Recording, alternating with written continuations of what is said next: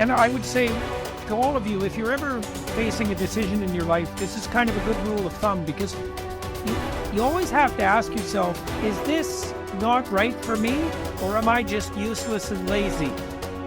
And looking for an easy way out, right? Because some people are more prone to that than others. If you're not very conscientious, for example, you're going to be more prone to that sort of thing. But it's good to keep yourself in check. And so maybe you're not doing very well in your job, and you think, well, I should either do a better job at my job, or maybe I should find a new job. And it's hard to do better at your job. And so then you might wonder if your decision to find a new job is just an escape. Do you have a better plan? And if the answer is no, well, that's not a very good plan. But if the rule is you'll only escape to something equally or more difficult, or more challenging, let's say, then kind of check yourself against your own temptation. You will never win at the highest level until you can hold two competing ideas in your head. And here are the two ideas. Idea number one, this is going to take me 10 years. Idea number two, I'm going to make it happen today. And I'm going to ask myself every day, why didn't it happen today? What thing did I not do? What skill set am I missing? What am I going to have to do? What's the next massive leap forward? But it's going to take 10 years and only actually going to happen for me if I'm going all out every day, like it has to happen right now. I and other successful people wake up every day doing the same thing, fighting back against the distractions, the fears, the doubts.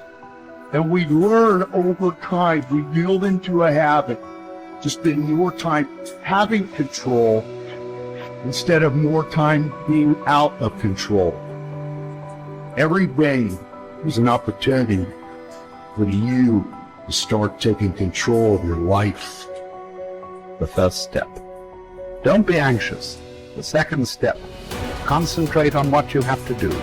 Fix your eyes on it. Remind yourself that your task is to be a good human being. Then do it without hesitation. There are few people who have decided within themselves, I've got what it takes to make it. They're not afraid about tomorrow because of how they see themselves, because of what they feel that they deserve, because of what they feel that they can create for themselves. Because these people have decided, as they look at the future, as they look at themselves, there's a way. Where there's a will, there's a way for me. You begin to create a way out of no way. And when you have that kind of consciousness, when you have that kind of spirit, nothing can stop you. Nothing.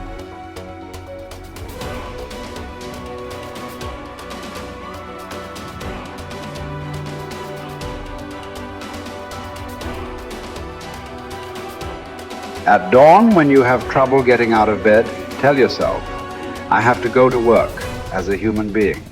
What do I have to complain of if I'm going to do what I was born for, the things I was brought into the world to do, or is this what I was created for, to huddle under the blankets and stay warm?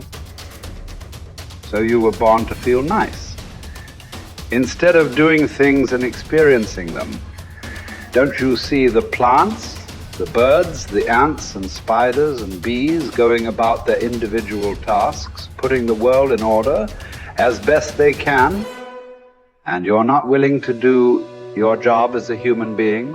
Why aren't you running to do what your nature demands? You don't love yourself enough, or you'd love your nature too and what it demands of you. Casting aside other things, hold to the precious few. And besides, bear in mind that every man lives only the present, which is an indivisible point, and that all the rest of his life is either past or is uncertain. Brief is man's life, and small the nook of the earth where he lives. Brief, too, is the longest posthumous fame, buoyed only by a succession of poor human beings who will very soon die and who know little of themselves, much less of someone who died long ago. Just that you do the right thing. The rest doesn't matter, cold or warm, tired or well rested, despised or honored, dined or busy with other assignments.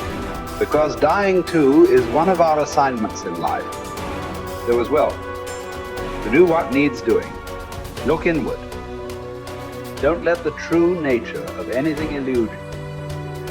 Before long, all existing things will be transformed to rise like smoke, assuming all things become one, or be dispersed in fragments, to move from one unselfish act to another with God in mind.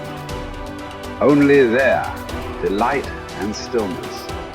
When jarred, unavoidably by circumstances, revert at once to yourself and don't lose the rhythm more than you can help. You'll have a better grasp of the harmony if you keep going back to it. When another blames you or hates you, or people voice similar criticisms, go to their souls, penetrate inside and see what sort of people they are. You will realize that there is no need to be racked with anxiety that they should hold any particular opinion about you. When you wake up in the morning, tell yourself, the people I deal with today will be meddling, ungrateful, arrogant, dishonest, jealous, and surly. They are like this because they can't tell good from evil. But I have seen the beauty of good and the ugliness of evil and have recognized that the wrongdoer has a nature related to my own. Not of the same blood and birth, but the same mind and possessing a share of the divine, and so none of them can hurt me. No one can implicate me in ugliness. Nor can I feel angry at my relative or hate him. We were born to work together like feet, hands, and eyes, like the two rows of teeth, upper and lower. To obstruct each other is unnatural. To feel anger at someone, to turn your back on him, these are unnatural. You want to begin to look out on your life and what you want for you. And I think that when we begin to focus in the area of what does it take for us to act, I think we can say events can inspire us to act, like that particular event in his life. Circumstances. A friend of mine, he wanted to do something and he just did not have the motivation and the drive and the confidence within himself. But his circumstances changed overnight through an acquisition of the company that he worked for. He lost his job. Through the inspiration of desperation, he had to act.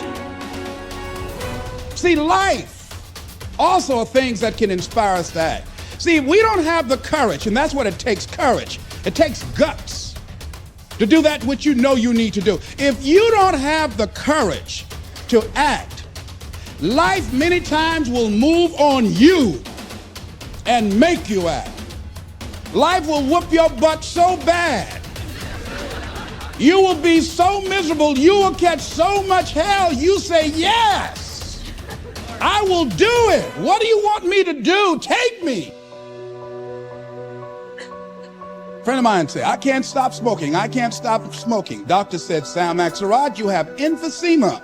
Sam never picked up another cigarette and said, look at those stupid people smoking. Sam, you did it for 35 years. How can you talk about people? Well, I was different. I'm trying to help them.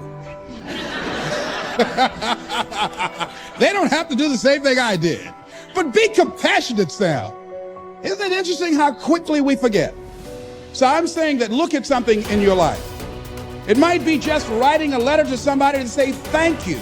It might be just to apologize to somebody. I had a confrontation in the Penobscot building with the security guard there. He responded to me what I perceived as a negative way, and he and I engaged in an argument. I did not like the way I handled that. I avoided going through the front door for a long time because I didn't want to face him. Finally, I decided to act, and I went up to him and said, I want to apologize to you for the way in which I handled this argument we had the other day. I was wrong. I hope you accept my apology. He said, I do. And I said, thank you very much. I felt relieved. Now, when you decide to act, it's not always going to be like that.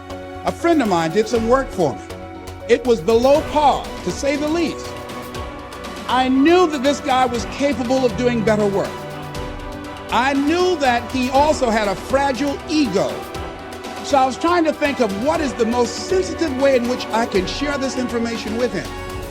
Because I wanted him to do my work over. I was going to pay him for what he did, but I needed my work done right.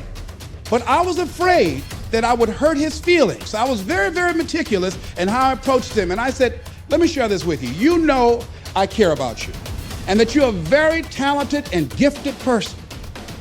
And you and I both know that what you have given me is not a true reflection of your talents and abilities. And I'm saying, let's go back in the studio and do this again. And he said to me, I'm going to forget you ever said that. I was wiped out. He never spoke to me again. Now, when you decide to act, you're going to have some people like that. We're no longer friends. I lost sleep over that, ladies and gentlemen. I said, I can't believe that. I remember sitting up one night looking at the phone. I said, I gotta call him. He said, no. And I said, no, forget that. I called, man, look here, we've been knowing each other for too long to allow this to come between us. He said, don't call me anymore, and hung up. And then I wanted to think about what can I do to make it up to him? And then something came to me, Les, what do you have to prove? See, many things we don't do is because of the fact we want people to like us. There's some necessary losses in life. When you decide acting in your best interest, you're going to lose some friends. Everybody's not going to approve of you. There's some people that won't like you. Who do you think you are? You're arrogant. What do you think you can do? You think you can get away with that? You're selfish. Thanks, I got that.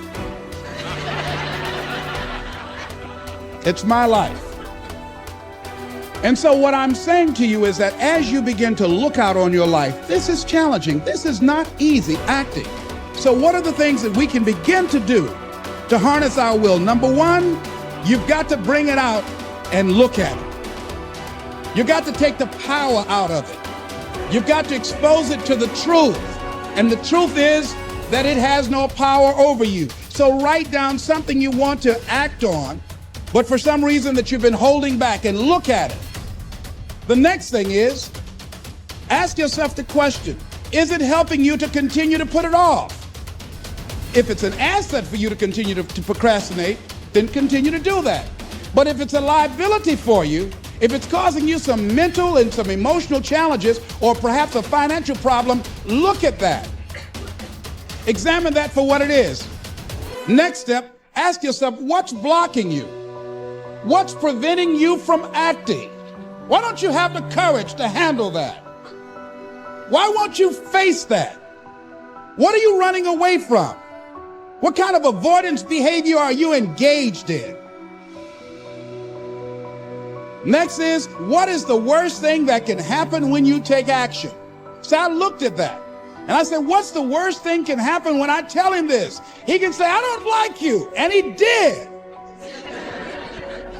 Now what happened? I experienced that. I looked at that. I saw that. And guess what, ladies and gentlemen? I didn't die. My feelings were hurt a little bit. I lost some sleep about it. And sometimes I think about it when I drive past his house, but I'm still here. It's uncomfortable, but it's okay. It doesn't bother me anymore. I've gotten used to it now.